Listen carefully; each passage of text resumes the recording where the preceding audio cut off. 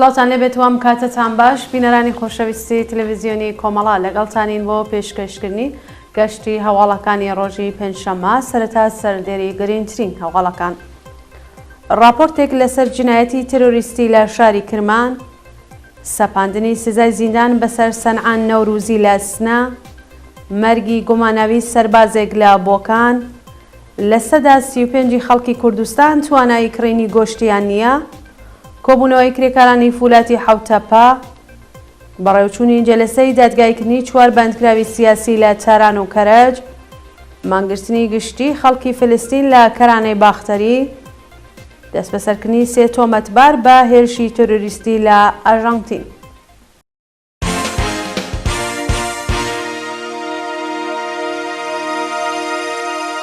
درێژی هەواڵەکان دەست بەسەرکردنی هاوڵاتیەک لە شاری نەغەدا ڕۆژی دووشەممە 11 بەفرانباری 1402 شارۆمەندێکی خەڵکی گوندی عەلیابادی سەر بە شاری نەغەدا بە ناوی محەممەد ئەمینیفەر لەلایەن هێزە ئەمنیەکانەوە دەست بەسەر کرا. بە پێی زانیاریەکان هێزە ئەمنیەکانی ڕژیم بەبێ بەڵگەی قەزایی هێرشیان کردوەتە سەر ماڵی ئەو هاوڵاتیە و وێڕای بێڕێزی بە بنەماڵەکەی محەممەد ئەمینیفەریان دەست بەسەر کردووە. بەوتەی سەرچاوەکانی هەواڵ ئەو هاوڵاتیە پاش ڕفاندن بۆ گرتوخانەی ئیسلاحاتی ورمێ گوازراوەتەوە و هێشتا هۆکاری بەندکرانی ڕوون نییە. سەپاندنی سزای زیندان بەسەر سەنعان نەوروزی لە شاری سنە ڕۆژی چوارشەممە 11 بەفرانباری 1402 سەنعان نەوروزی هاوڵاتی خەڵکی سنە لەلایەن دادگای ئینقلابی ئەو شارە بە تۆمەتی بڵاوکردنەوەی بەڵگەی نهێنی بە 8 مانگ زیندانی تازیری مەحکوم کراوە. بە پێی راپۆرتەکان سەنعان نەوروزی ڕۆژی 11 جۆزەردانی ساڵی 1401 بە تۆمەتی هاوکاری لەگەڵ گروپە نەیارەکانی ڕژیم دەست بەسەر و ڕۆژی یەکشەممە 19 خەرمانانی 1402 لە دادگای ئینقلابی سنە بە تۆمەتی بڵاوکردنەوەی بەڵگەی نهێنی محاکمە کرا. شانی باسە کە سەنعان مانگی خەزەڵوەری 1401 بە 3 ساڵ زیندانی تعلیقی مەحکوم کرابوو. ناڕوونی چارەنووسی محەممەد تاهێر حوسێنپور لە زیندانی نەغەدا. چارەنووسی محەممەد تاهێر حوسێنپور شارۆمەندی خەڵکی نەغەدا وێڕای تێپەڕبوونی 4 مانگ بەسەر کاتی دەست بەسەرکرانیدا بە ناڕوونی ماوەتەوە. محەممەد تاهێر حوسێنپور لە ڕۆژی 1 خەرمانانی ئەمساڵ بەبێ بەڵگەی قەزایی لەلایەن هێزەکانی حکوومەتەوە دەست بەسەر و پاش 40 ڕۆژ لێپرسینەوە لە گرتوخانەی ئیسلاحاتی سپە بۆ زیندانی نەغەدا گوازرایەوە. ناوبراو مانگی ڕزبەری 1400 لەلایەن دادگای ئینقلابی نەغەدا بە تۆمەتی بەشداری لە ناڕزایەتیەکانی ئەو شارە و ڕووخانی ئەمواڵی گشتی بە 15 مانگ زیندان مەحکوم کرابوو. جێگای ئاماژەیەکە هۆکاری بەندکرانی ئەم جارەی ئەو هاوڵاتیە ڕوون نەکراوە و بلا تەکلیف لە زیندانی نەغەدەدا ماوەتەوە. مەرگی گوماناوی سەربازێک لە بۆکان. شاهین خۆسرەوی نیە سەربازی وەزیفەی هێزە ئینتیزامیەکانی بۆکان بە شێوەیەکی گوماناوی گیانی لەدەستا. بە پێی زانیاریەکان بەرپرسانی ئینتیزامی بۆکان ڕایانگەاندووە کە ئەم گەنجە لە کاتی شەڕ لەسەر شەقام بریندار و کوژراوە لە کاتێکدا کە سوکاری شاهین ئەو قسەیان ڕەت کردوەتەوە. تا ئێستا هیچ زانیاریەکی ورد لەسەر چۆنیەتی مردنی ئەم سەربازە لە بەردەستانیە. لە سەدا 35 خەڵکی کوردستان توانایی کڕێنی گۆشتیان نییە. بە پێی ئامارە نافەرمیەکان لە سەدا 35 دانیشتوانی شارە کوردنشینەکانی ڕۆژهەڵاتی کوردستان توانایی کڕینی گۆشتی سوور و مریشکیان نییە و بە تەواوی گۆشت لە سەبەتی خوراکی خێزانیاندا وەلانەراوە. جەلال مەحموودزادە نوێنەری مەهاباد لە مەجلسی ڕژیم ڕۆژی چوارشەممە ڕایگەیاند 35% خەڵکی کوردستان توانایی کڕینی گۆشتی سوور و مریشکیان نەماوە. لە ئێستادا نرخی هەر کیلۆیە گۆشتی سوور 245,000 تمانە کە 30 بۆ 40% بەکاری خواردنایەت و فڕێ دەدەن. ناوبراو هەروەها وتویە میوە و سەوزەش دەمێکە لە سەبەتی خوراکی خێزانەکاندا وەلانراوە. لە حەقیقەتدا نیوەی خەڵک تووشی کەم خۆراکی بوون و ئەم بابەتە دەیان کێشەی کۆمەڵایەتی فەرهەنگی و بێهداشتی لێککەوتوەتەوە. کۆبوونەوەی کرێکارانی فولادی حوتەپا ڕۆژی چوارشەممە 11 بەفرانباری 1402 کرێکارانی فولادی حەفتەپا لا نەڕزایەتی بە جێبەجێ نەکردنی داخوازیەکانیان لە بەردەم فەرمانداری شوش کۆبوونەوە. بە پێی راپۆرتەکان کرێکارانی شرکەتی فولادی هەفتەپە لە ئازنەدانی حەقدەستە دواخراوەکان ناڕازین و خوازیاری چوونە سەرەوەی ئاستی حەقدەست و مەزایان. کرێکاران دەڵێن حەقدەستەکانیان تەنیا پێداویستیەکانی 10 ڕۆژی مانگ دابین دەکات و 20 ڕۆژی مانگ ئەبێ پارە قەرز بکەن و لەژێر گوشارێکی سەختدا بژین.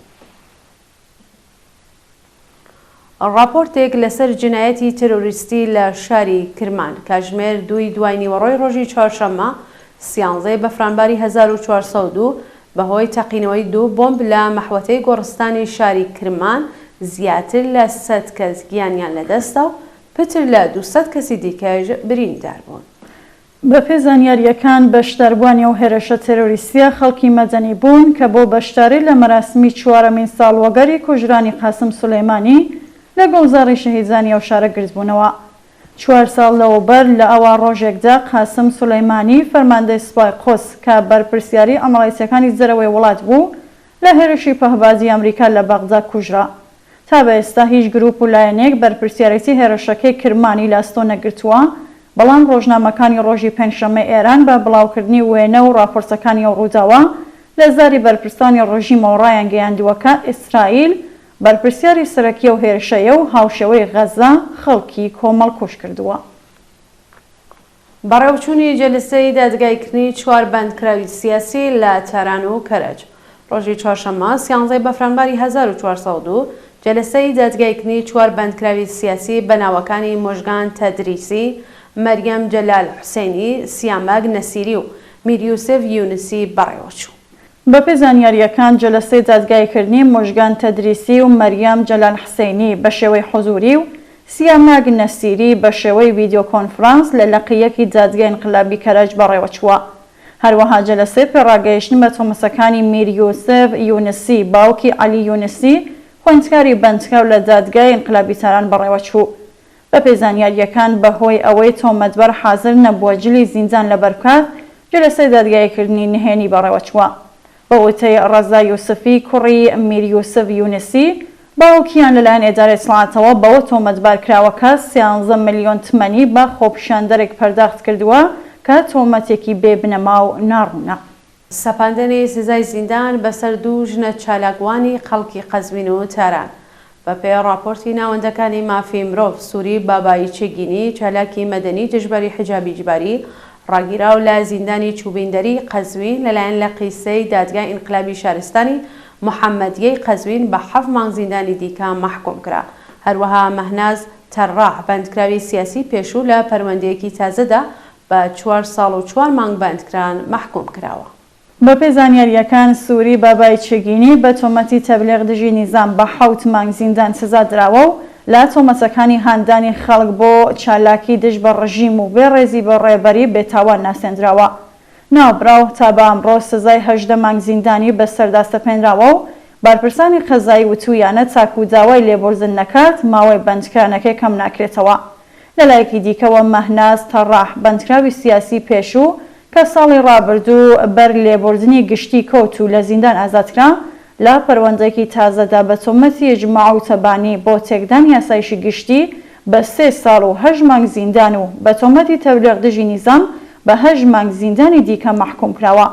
مەهناز 22 خەزەڵوەری 1401 لەلایەن هێزەکانی ڕژیمەوە دەست بەسەرکرا و زۆرترین سزا واتە 3 ساڵی بۆ جێبەجێ دەکرێت.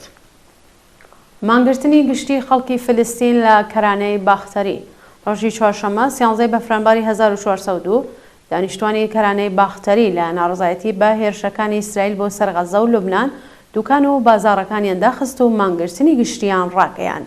بە پێی راپۆرتەکان بازاڕیان لە کەرانەی باختەری، چۆمی ئۆردۆن، بەیت المقەدەسی شەرقی پاش هێرشە پەهبادیەکەی ئیسرائیل بۆ سەر لوبنان و کۆژرانی حەڤ بەرپرسی باڵای حەماس مانگرتنی گشتیان ڕاگەیاندووە و قوتابخانەکان، زانکۆکان، بانکەکان، ئیدارە دەوڵەتیەکان و ڕستورانەکانیشیان پەیوەست بە و مانگرتنە گشتیەوە بوون. ڕۆژی ڕابردوو هەروەها خۆپیشاندانێکی هەزاران کەسی دژ بە دەوڵەتی ئیسرائیل لە کەرانەی باختەری بەڕێوەچوو. داخرانی مەیدانی نەوتی شەرارە لەلایەن خۆپیشاندەرانەوە لە باشووری لیبی ڕۆژی چوارشەممە 13 بەفرانباری 1402 خەڵکی باشووری لیبی دژ بە کەمی نەوت خۆپیشاندانیان کرد و پاش گەمارۆدانی مەیدانی نەوتی شەرارە کاروباری ئەو ناوچە نەوتیان ڕاگرت. بە پێی راپۆرتەکان بەڕێوەبەرانی مەیدانی نەوتی شەرارە لەگەڵ ناڕازیاندا کۆبوونەتەوە، بەڵام دانوستانەکەیان ئاکامی نەبووە و ناچاربوون چالاکیەکانی ئەو مەیدانە نەوتیە ڕابگرن. جێگەی ئاماژەیەکە ناڕازیان خوازیاری سازکردنی پاڵاوگای باشوور، نوێژینکردنەوەی ڕێگەوبانەکان، قەرەبووکردنەوەی کەمی سوتەمەنی و دامەزراندنی خەڵکی ناوچەکە لەسەر کار بوون. دووە هەواڵمان سەبارەتە بە دەست بەسەرکردنی 3 تۆمەتبار بە هێرشی تۆرۆریستی لە ئەرژانتین.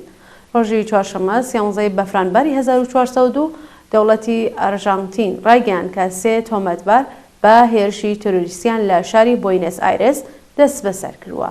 وەزارەتی ئەمنیەتی ئەرژانتین لەو بارەوە ڕایگەیاند تۆمەتبارەکان لە ڕێگەی 3 فڕۆکەخانەی جیاواز هاتوونەتە نێو ئەو وڵاتە و بەنیاز بوون ئەمەڵیاتی تۆرۆریستی ئەنجام بدەن. بەپێی ئەو زانیاریانەی لەلایەن ناوەندە ئیتلاعاتیەکانی ئامریکا و ئیسرائیلەوە بڵاوکراوەتەوە، ئەو 3 کەسە چاوەڕێی گەیشتنی بەستەیەکی 35 کیلۆگرەمی لە وڵاتی یەمەن بوون و ئەو شوێنەی بەکریان گرت بوو تەنیا 2 بلوک لەگەڵ سفارەتی ئیسرائیلدا دوور بووە. شانی باسە کە لە ئێستادا کێبەڕگەیەکی پان ئەمریکەن مەکابی کە گەورەترین ڕووداوی وەرزشی یەهودیەکانی جیهانە بە بەشداری 3000 کەس لە ئەرژانتین بەڕێوە دەچێت. جێگەی ئاماژەیە کە ئەو 3 تۆمەتبارە خەڵکی لوبنان و سووریە بوون. هەواڵەکانتان پێشکەشکرا، هەر شاد و بەختەوەر بشن.